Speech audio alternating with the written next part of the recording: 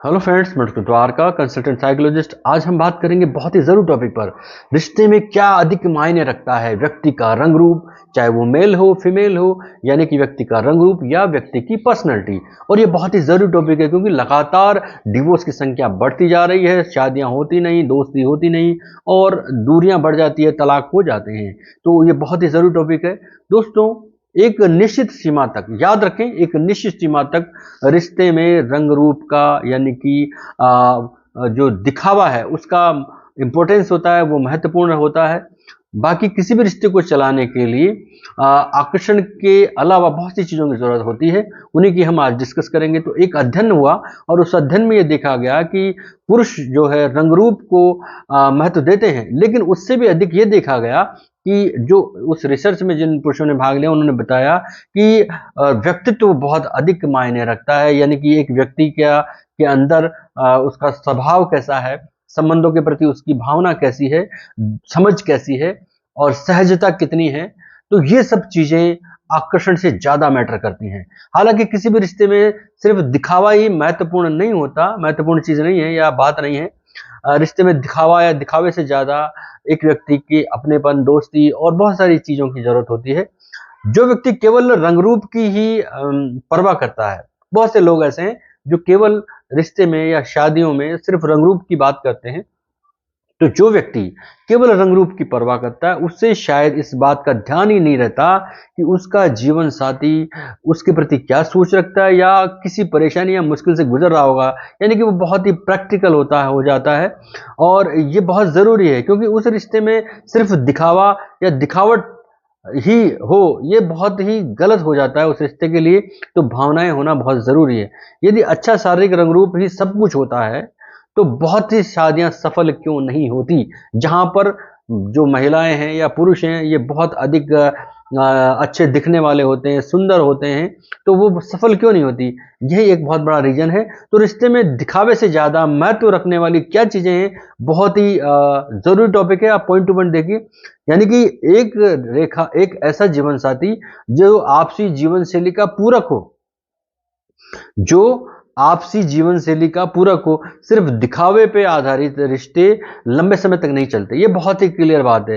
यानी कि आप किसी व्यक्ति का रंग रूप देख लेते हैं, शादी कर लेते हैं या दोस्ती कर लेते हैं, तो वो लंबे समय तक चलने वाली स्थिति नहीं हो सकती। रिश्ते में ऐसे साथी की आवश्यकता होती है जो आपकी बात सुने, आपकी परवाह करे, आपसे प्यार करे, आपकी चीज़ों की केयरिंग करे, आपके प्रति सपोर्टिव हो, यानी कि वो आपके लिए हमेशा मदद के लिए तैयार रहे। तो ऐसे रिश्ते ही फलते हैं, फूलते हैं और लाइफ टाइम तक चलते हैं। नंबर 2 पर हम बात करेंगे परस्पर सम्मान की स्थिति क्या है।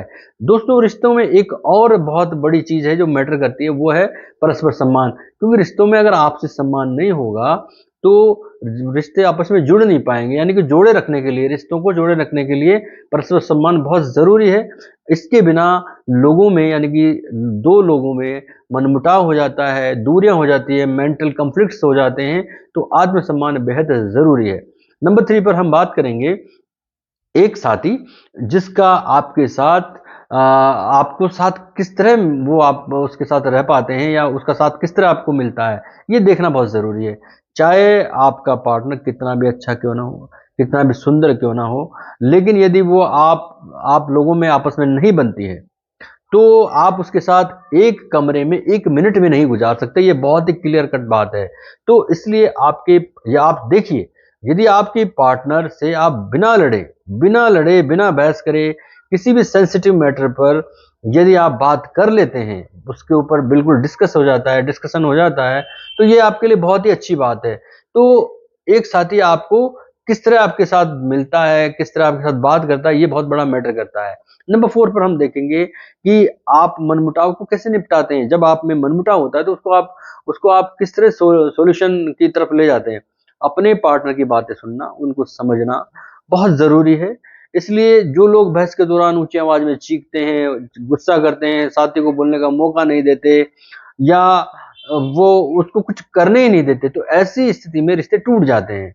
या फिर फिर वो व्यक्ति कितना ही अट्रैक्टिव क्यों ना हो, अट्रैक्शन क्यों ना हो या वो सुंदर क्यों ना हो, ऐसे रिश्ते लंबे टाइम तक नहीं चलते। इसलिए अपने साथी की राय को सुनना बहुत ज़रूरी है, उसको कमज़ोर नहीं करना चाहिए।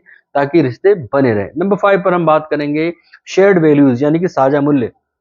यदि रिश्ते में पार्टनर आप सामान्य मूल्यों को साझा नहीं करते, जो जरूरी मुद्दे हैं या वैल्यूज हैं उनको अगर साझा नहीं करते, एक दूसरे से शेयर नहीं करते, तो ये बहुत अधिक संभावना हो जाती है कि वो रिश्ते टूट सकते हैं।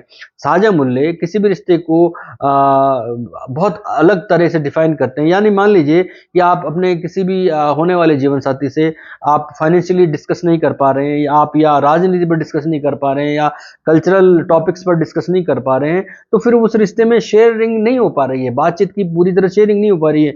और जब शेयरिंग नहीं हो पा रही है या मूल्यों को साझा नहीं कर पा रहे हैं, एक दूसरे से इक्वलिटी नहीं आ रही है, तो रिश्ते के टूटने की संभावना पूरी पूरी बढ़ जाती है। तो यहाँ मैं तो क्या रखा, व्यक्ति का व्यक्तित्व, और व्यक्तित्व में ये सब चीजें आती है कि व्यक्ति आपके अनुरूप सोचता है या नहीं है, या उसका ईक्यू क्या है, या वो आपकी बातचीत को कितना रेस्पेक्ट देता है, ये सारी चीजें उसमें आ जाती है।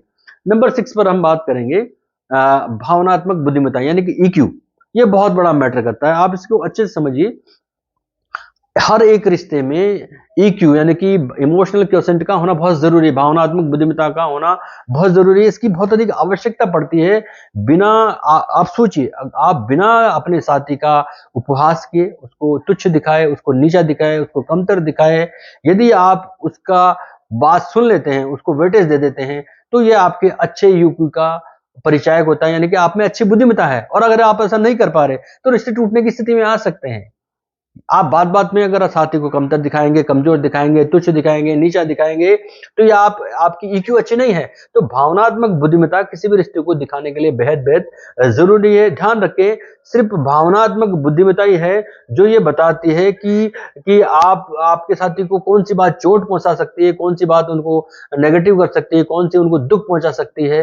तो ये भावनात्मक बुद्धिमत्ता ही है जो आपके रिश्ते को इमोशनली जो है कैरी करती है। इसलिए इमोशनली क्वोशेंट होना या बुद्धिमत्ता होना बहुत ज़रूरी है। एंड नंबर 7 और लास्ट वन, दयालुता होना बहुत ज़रूरी है। रिश्तों में एक दूसरे के प्रति दयालुता होना बेहद ज़रूरी है। क्या आप अपने साथी के प्रति और आपका साथी आपके प्रति दयालु है, काइंडनेस है दोनों में? क्या आप दोनों लगातार एक दूसरे के दुःख को दूर करने में प्रयास करते हैं, या एक दूसरे के दुःख को समझने की कोशिश करते हैं, दूसरे की प्रॉब्लम को समझने की कोशिश करते हैं, या सिर्फ़ क्रूरता से पेश आते हैं, यानी कि दुःख को दूर नहीं करते, या उसको अवॉइड करने की कोशिश करते हैं, या उसको नेग्लेक्ट करने की कोशिश करते हैं? तो अगर ऐसी स्थिति है, तो रिश्ते में कोई मायने नहीं रखते, रूप रंग का फिर वहां कोई मायने नहीं रखता, भले आपका साथी कितना ही सुंदर क्यों ना हो, भले कितना अट्रैक्टिव क्यों ना हो। तो यहाँ पर्सनैलिटी मैटर करती है कि आपके साथी में कितनी काइंडनेस है, कितनी भावनात्मक बुद्धिमत्ता है, कितना साझा मूल्य वो शेयर करता है, कितना वो किस तरह आपसे मनमुटाव को निपटाता है, कैसे वो आपके साथ मिलता है, कैसे परस्पर सम्मान की भावना दोनों के बीच में है,